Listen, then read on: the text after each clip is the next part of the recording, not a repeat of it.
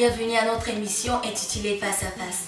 En ce jour, nous avons l'honneur d'avoir avec nous le pasteur Abbé Nyapi de l'église de la communauté unie en Christ à New York. Pasteur, bienvenue. Sois béni, Rosalie. Pasteur, pouvez-vous encore une fois nous donner l'adresse de votre église? Merci. Encore une fois, l'adresse de notre église, c'est 839 Intervalle Avenue, Bronx, New York. Pasteur, quel sera le terme de notre interview en ce jour? Le thème de ce jour, c'est la manipulation démoniaque. La manipulation diabolique. Qu'est-ce que la manipulation diabolique? Voilà, on pourrait dire quelqu'un sous l'influence, c'est quelqu'un qui est sous l'influence des forces des ténèbres. C'est-à-dire qu'il est forcé, il est obligé. Ces forces-là arrivent à le convaincre, à l'obliger à faire des choses qu'il ne pouvait pas faire dans des circonstances normales. C'est cela, comment être sous l'influence des forces des ténèbres. Pourquoi est-il important pour un chrétien de connaître ceci? Voilà, mais avant de vraiment répondre à votre question, je voudrais vraiment donner un témoignage. Voilà, pour que ceux qui nous suivent, nous regardent, ils puissent vraiment comprendre qu'est-ce que c'est que la manipulation démoniaque. Je voudrais vraiment donner le témoignage vivant d'un compatriote qui vraiment était au pays encore et qui travaillait dans le restaurant de sa grande sœur. Et bon, comme dans la vie, il faut vraiment avoir des projets, il faut être ambitieux. Donc il a eu cette ambition-là de s'inscrire dans une université américaine et quitter le pays et venir aux États-Unis. Donc il a fait part de cela à sa grande sœur. Et sa grande sœur, vraiment, elle n'a pas pris ça très bien parce que si son frère va aux États-Unis, il est le pilier vraiment de son business. S'il s'en va, son business va vraiment s'écrouler. Donc elle pensait que bon, il s'amusait. Bon, son petit frère, en tout cas, il a bien tenu. Il a tout fait pour économiser. Il s'est fait inscrire effectivement dans une grande université. Et puis, en plus de cela, non seulement l'inscription, mais il a eu à acheter son billet d'avion et puis avoir un peu d'argent de poche. Et finalement, il a fait part à sa grande sœur quand il était prêt de partir. Donc sa grande sœur, elle a été prise de court. Et bon, il est parti. Il est venu aux États-Unis. Donc après son départ, sa grande sœur, comme je l'ai dit tout à l'heure, qui voyait en lui vraiment le pilier de son business, elle est allée consulter les marabouts, les devins et tous ces sorciers pour faire des fétiches, tout cela pour manipuler son esprit, afin de le faire revenir. Qu'est-ce que vous voyez? Donc, quand ces forces des ténèbres ont été activées, en même temps, son petit frère qui était aux États-Unis, il a eu vraiment cette saveur-là, en tout cas cette odeur-là, des bons plats que sa grande sœur confectionnait, vraiment quand il était au pays. Il a appelé sa grande sœur comme quoi, j'ai envie de manger tel plat, tel plat. Mais le temps qu'il finit de parler de tout ça, en tout cas, il a pris toutes les dispositions. Il m'a dit au revoir à ses amis, que bon, je rentre au pays, je reviens dans deux mois, et tout ça. Et il a pris l'avion. Et son avion a fait escale en Angleterre. Et après le décollage de l'avion de l'Angleterre, quand ils étaient en l'air, c'est là qu'il s'est rendu compte vraiment des dégâts, de l'erreur qu'il venait de commettre. Alors, en l'air, il s'est posé vraiment ces questions-là. Mais quelle erreur, quelle absurdité. Je n'ai aucun visa pour revenir. Et je n'ai même pas de ticket de retour. Comment je vais revenir? Alors, quand il est arrivé au pays, à l'aéroport, tout ça, bien entendu, vraiment, on l'attendait à l'aéroport. Donc, sa grande sœur, vraiment, l'a accueilli à bras ouverts, avec chaleur. Mais en tout cas, pas une chaleur qui vient vraiment du cœur, mais satanique. Il a été accueilli et tout cela. Bon, effectivement, il n'avait plus vraiment de billet de retour et tout ça. Donc, il est resté là encore à travailler dans ce restaurant pendant 9 ans. Et pendant ce temps, il a eu vraiment la chance vraiment d'accepter le Seigneur Jésus et être né de nouveau. Il était chrétien maintenant. Le Seigneur a fait beaucoup de choses. Il a été béni et d'autres portes ont été ouvertes encore. Et effectivement, il est revenu aux États-Unis. Alléluia, c'est Jésus qui l'a sauvé. Donc tout ceci pour vous donner vraiment une idée de la manipulation démoniaque. Voilà, il y a beaucoup de nos frères, il y a beaucoup de gens qui sont dans cette même situation et qui sont là, qui étaient ambitieux dès le départ. Et quand elles arrivent, en tout cas, bon, mais elles font des choses qu'elles ne pouvaient pas faire dans des circonstances normales. Donc ce n'est qu'après avoir posé des dégâts qu'on se rend compte qu'on a commis des erreurs. Donc voici à peu près la manipulation démoniaque. Donc je reviens, vous allez me reposer votre question maintenant. Pourquoi est-il important pour un chrétien de connaître ceci? Mais justement, suite à ce témoignage-là, il est très important vraiment qu'un chrétien puisse connaître vraiment tout ça, pour qu'on puisse vraiment prendre des décisions qui viennent de Dieu, pour ne pas qu'on soit téléguidé par des forces des ténèbres, parce que la Bible dit que ce monde est sous vraiment la direction de Satan. Donc quand tu ne connais pas tout cela et tu ne te mets pas en communion parfaite, tu ne marches pas en conformité de la parole de Dieu, alors, en tout cas tu vas vraiment être pris dans ce piège-là. Donc ça c'est très important pour un chrétien. Est-ce qu'un chrétien peut-il être manipulé par le diable? Ah, mais justement, parce que être chrétien, comme je le dis toujours dans mes messages, on ne sait pas quelqu'un qui déclare être chrétien qui est chrétien. On ne doit pas dire qu'on est chrétien du bout des lèvres. Mais quelqu'un, si tu n'es pas chrétien, vraiment à 100%, c'est-à-dire que, comme quelqu'un dirait l'autre, quelqu'un disait, si tu as un pied dedans, un pied dehors, mais tu es dehors. Donc c'est la même chose. Si tu n'as pas les deux pieds vraiment en Christ, tu prétends être chrétien alors que tu ne l'es pas. Donc tu peux vraiment être pris dans le piège vraiment de ces esprits de manipulation. Voilà.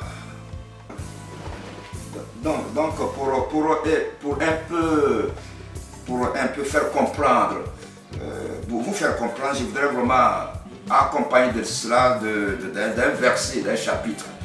Ici, dans 1 Chronique chapitre 21, dénombrement et peste.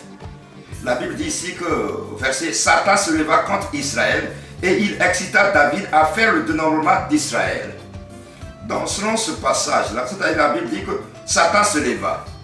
On se lève pour faire quelque chose car on est prêt. Donc, Satan s'est levé là pour, en tout cas, exciter David. Donc, à travers ce passage, je vois que, en tout cas, la cible était là, Israël. Mais pour détruire Israël, pour détruire le peuple, il fallait forcément, en tout cas, manipuler l'esprit vraiment de leur chef, de leur roi. C'est ce qui s'est fait ici. Donc, il a excité à faire le dénombrement. Et David dit à Joab et au chef du peuple, allez, faites le dénombrement d'Israël depuis Beersheba jusqu'à temps et rapportez-le-moi afin que je sache à combien il se lève. Joab répondit, que l'Éternel rende son peuple 100 fois plus nombreux. Ô roi mon Seigneur, ne sont-ils pas tous serviteurs de mon Seigneur?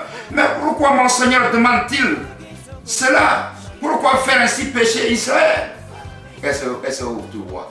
Son serviteur, David est un grand homme de Dieu. Mais son serviteur lui-même, il sait que c'est pas bien de faire le dénombrement. Il pose la question ici, mais pourquoi mon Seigneur demande-t-il cela? Pourquoi faire ainsi pécher Israël? Donc Satan ici a manipulé l'esprit de David. Et à travers ce passage, je voudrais dire qu'il y a certaines personnes qui disent que, oh non, à moi, en tout cas, le diable ne peut pas, les féticheurs, les sorciers ne peuvent rien faire. Elles disent comme cela que si tu ne penses pas à ces choses-là, ça ne peut pas t'arriver. Mais quand tu penses à ces choses, ou que tu ne penses pas à cela, mais si les sorciers, les forces des ténèbres viennent contre toi, elles vont te détruire. Que tu y penses ou que tu n'y penses pas, mais en tout cas, ces forces vont faire de toi leur proie. Ici, David est un homme de Dieu, mais le diable a manipulé son esprit et il a fait le dénombrement. Le roi persista donc dans l'ordre qu'il donnait à Joab, et Joab partit et parcourut tout Israël. Donc, ici, ce passage-là, quand tu es sous l'influence des forces des ténèbres, quels que soient les conseils que les gens peuvent te donner, en tout cas, ça ne te dit rien. Si par exemple, un homme âgé te donne des conseils, là, tu vas dire que non, lui, son temps est dépassé. C'est comme c'est un vieux, en tout cas, mais maintenant, nous sommes au 21e siècle, son temps s'est dépassé. Encore quand c'est vraiment un jeune qui donne de bons conseils et tout ça, quel que soit le conseil est bien, mais tu vas dire comment il est immature, ça c'est un enfant, qu'est-ce qu'il a à me dire? Si c'est encore un homme de Dieu, un pasteur par exemple, tu vas dire comment il est trop spirituel, bon, il est trop spirituel. Il ne comprend pas, c'est trop, c'est pas tout le monde qui peut être à ce niveau spirituel. Donc, quand tu es sous l'influence des forces des ténèbres, quels que soient les conseils que les gens vont te donner, mais en tout cas, tu es sourd, tu es aveuglé. Deux fois, j'ai encore le témoignage de quelqu'un dans une église qui voulait marier une sœur, il a fait venir une sœur, il dit, Dieu lui a parlé, Dieu lui a dit que en tout cas, c'est son épouse, c'est sa femme. Donc les frères, apparemment par l'apparence, ils voient déjà qu'il se conduit vers la mort. Ils lui ont donné des conseils, en tout cas mon frère, ça ne va pas. Mais il a été sourd à ces conseils-là. Comme il insistait, un peu comme nous voyons ici, là, le roi persista. Donc ce frère a persisté, en tout cas il s'est marié. Mais peu de temps après, en tout cas, la femme elle est décédée, tout ça. Et à la suite de ce décès-là, il a eu vraiment des problèmes psychologiques, voilà, des dépressions vraiment, morales, émotionnelles, des blessures émotionnelles, il s'est retrouvé vraiment à l'hôpital. Donc ceci, quand on est sous l'influence, j'insiste encore, je le dis, quand on est sous l'influence des forces des ténèbres, quels que soient les bons conseils que les gens puissent vraiment te donner, alors tu es sourd, tu es aveuglé. Alléluia. Alléluia. Donc la Bible dit ici que verset 7, se tordent depuis à Dieu qui frappe à Israël. Donc quand on fait vraiment ces choses, on pose ces actes-là qui ne glorifient pas le Seigneur, en tout cas Dieu n'est pas content et il nous frappe. Et le plus souvent, on gratte la tête, on gémit, on se demande, mais qu'est-ce qui m'arrive, qu'est-ce qui se passe? Mais on oublie justement les actes qu'on a posés déjà, qui ne sont pas en conformité avec vraiment les lois divines. Et David dit au verset 8, David dit à Dieu, j'ai commis un grand péché en faisant cela. Maintenant, daigne pardonner l'iniquité de ton serviteur, car j'ai complètement agi en insensé. Donc tout ceci pour dire que quand on est sous l'influence des forces des ténèbres, on a l'esprit manipulé, on commet de grands péchés. Et ce n'est qu'après avoir posé des dégâts qu'on se rappelle, on se retrouve. Et on se retrouve. Comment pouvons-nous savoir que nous sommes manipulés par le diable? Voilà, c'est-à-dire c'est pourquoi justement dans mes études bibliques j'ai dit aux chrétiens de retenir cela par cœur. Un chrétien doit avoir le discernement. Alléluia, avoir le discernement. C'est-à-dire que la question, pour répondre à votre question, si tu as par exemple fait des projets qui n'aboutissent pas, et puis ce n'est que tu poses des actes qui sont vraiment contraires à ton raisonnement propre. C'est après avoir causé des dégâts que tu reviens à toi-même et tu réalises que en tout cas tu as posé des actes vraiment qui sont enfantins. À travers ces erreurs-là, des erreurs que tu n'aurais pas dû commettre. Alors à travers tout cela, ces agissements, tu peux savoir que en tout cas, ton esprit est manipulé. Voilà, parce qu'en temps réel, tu ne pourras vraiment pas faire cela. Parce que ces forces des ténèbres-là jouent sur ton habileté de raisonnement. Donc voici un peu ça. Comment une personne peut-elle éviter d'être manipulée par le diable? Voilà, justement, c'est une bonne question. C'est-à-dire la Bible dit dans Hébreux chapitre 12, verset 14, que sans la sanctification, nul ne verra la gloire de Dieu. Donc, une personne peut éviter d'être manipulée parce que l'univers a été créé par des lois. Dieu a créé l'univers par des lois. Donc, une fois tu es vraiment en conformité avec ces lois divines, alors tu es vraiment protégé. Mais si tu vis en dehors de ces lois, parce que tu vis n'importe comment, tu ne vis pas dans la sanctification, il va sans dire que tu seras pris dans ce piège. Je donne par exemple le téléphone cellulaire. Les compagnies, ils ont leur centrale. Et les téléphones, les bouts de fil sont vraiment, en tout cas, tout cela, du central téléphonique, ça vient, comme il y a la cible, tu as le cellulaire, alors ça sonne. Si c'est ton numéro, ça sonne. Bon, il arrive de fois que ça ne sonne pas parce qu'il n'y a pas de réseau. De la même chose, les choses que nous voyons ici pas sont aussi le reflet du spirituel. Donc, pour une personne qui vit une vie chrétienne, quand on lance des malédictions, des incantations contre ta vie, c'est un peu comme il n'y a pas de réseau. Quand ça vient, ça ne peut pas t'atteindre parce que tu es protégé par le Saint-Esprit. C'est en cela.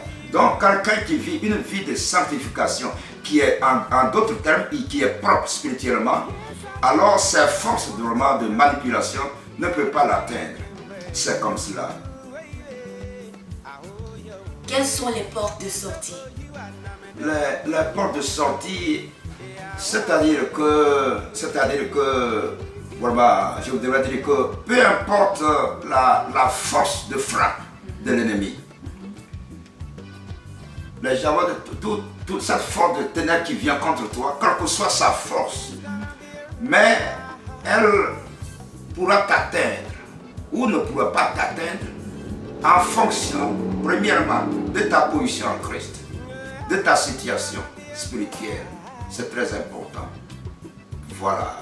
Si, comme je le dis, je le répète encore, si tu as les deux pieds en Christ, tu vis une vie de sanctification. Tu n'es pas chrétien du bout des lèvres, mais tu l'es intérieurement. La Bible dit que le juif, ce n'est pas celui qui l'est par la couleur de la peau, mais c'est celui qui l'est intérieurement.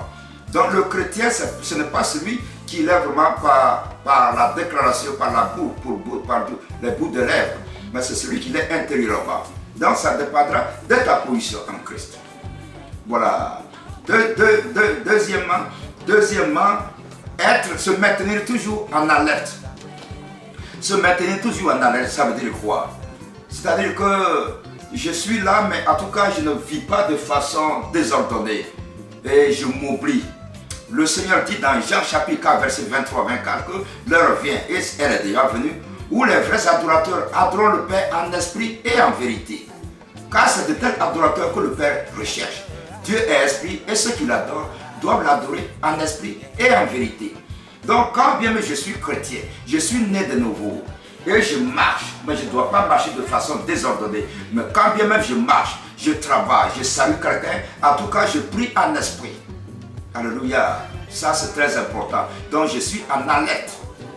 Bon, troisièmement, en tout cas, vraiment me confier vraiment, faire les choses selon le Saint-Esprit. Voilà, me dire que je dépends du Saint-Esprit. Parce qu'il y a certaines personnes qui pensent faire des choses selon leur propre force. Parce qu'elles sont de grands intellectuels, parce qu'elles sont belles, parce que leur compte en banque est bien fourni, alors elles font des choses selon ces critères-là. Non, mais nous devons, la personne, un homme vrai, c'est celui-là même qui dit et qui dit qu'il dépend de Dieu. Il dépend de Dieu. Et en toute chose, il demande toujours la direction de Dieu. C'est-à-dire qu'il faut faire les choses selon vraiment la direction de Dieu, selon le Saint-Esprit. La Bible dit que l'Esprit lui-même, l'Esprit de Dieu lui-même rend témoignage à notre esprit que nous sommes enfants de Dieu. Si j'arrive quelque part, que soit en mettant un verre d'alcool, puisque je suis chrétien et je suis né de nouveau, l'Esprit de Dieu rend témoignage à mon esprit que ça, je ne dois pas boire de l'alcool. Mon corps, si je suis chrétien, je sais que mon corps est le temple du Saint-Esprit. L'Esprit de Dieu réside en moi. Bon, je ne dois pas empoisonner justement ce temple qui est vraiment dans lequel il y a le Saint-Esprit. Voilà, si je sors par exemple, je suis avec des amis et quelque part je suis marié et je suis tenté par une femme ou bien par un homme, je sais que, en tout cas, ça aller face à cette tentation-là, l'Esprit de Dieu me rend témoigner à mon esprit que je ne dois pas vraiment faire cela. Je ne dois pas prostituer mon corps. Ça, c'est très important. C'est-à-dire que le plus souvent, l'erreur que nous commettons le plus souvent, c'est-à-dire quand nous avons des problèmes, un problème donné, c'est là qu'on se précipite et puis on se met en prière. On se met en prière. Mais à ce moment-là, l'Éternel, il dit que bon, je ne te connais pas, je ne t'ai jamais connu. C'est cela le problème aussi. Voilà, c'est un peu comme le plus souvent, nous allons faire une demande là, et puis les patrons disent, bon, on va vous appeler, on va vous appeler. C'est-à-dire pendant ce temps, ils vont faire des investigations pour savoir qui tu es. C'est la même chose aussi. Voilà. Bon, si tu n'as pas l'habitude de prier, et quand tu as un problème donné, c'est là que tu te précipites et puis tu te mets en prière. Mais Dieu dit qu'il ne te connaît pas. C'est-à-dire qu'il faut déjà vraiment s'adonner à la prière, vraiment être chrétien, Et le Saint-Esprit, quand une tragédie vient, quand les problèmes viennent, alors le Saint-Esprit vraiment met tout cela en déroute. C'est cela qui est très important. Pasteur, vraiment merci, nous avons eu de beaux moments avec vous et nous avons appris beaucoup. Quel dernier message avez-vous à donner à tous nos téléspectateurs qui nous suivent en ce jour? Voilà, merci. Les conseils que je vais donner c'est toujours la même chose. C'est-à-dire que accepter Jésus-Christ comme son Seigneur, son Sauveur. Et non seulement cela, avoir les deux pieds vraiment en Christ. Vivre une vie de sanctification. Être toujours en alerte. Être vraiment dirigé par le Saint-Esprit. Voilà, avant de poser un acte quelconque, il faut vraiment demander vraiment la direction du Saint-Esprit en toutes choses. Voilà, en toutes choses. Ça, c'est très important. Voilà. Vraiment, pasteur, merci. Nous espérons encore vous voir une autre fois et que Dieu vous bénisse. Soyez bénis. Chers téléspectateurs, merci d'avoir suivi notre émission avec nous et nous espérons vous voir encore la semaine prochaine pour une autre émission de Face à Face. Que Dieu vous bénisse et à la prochaine.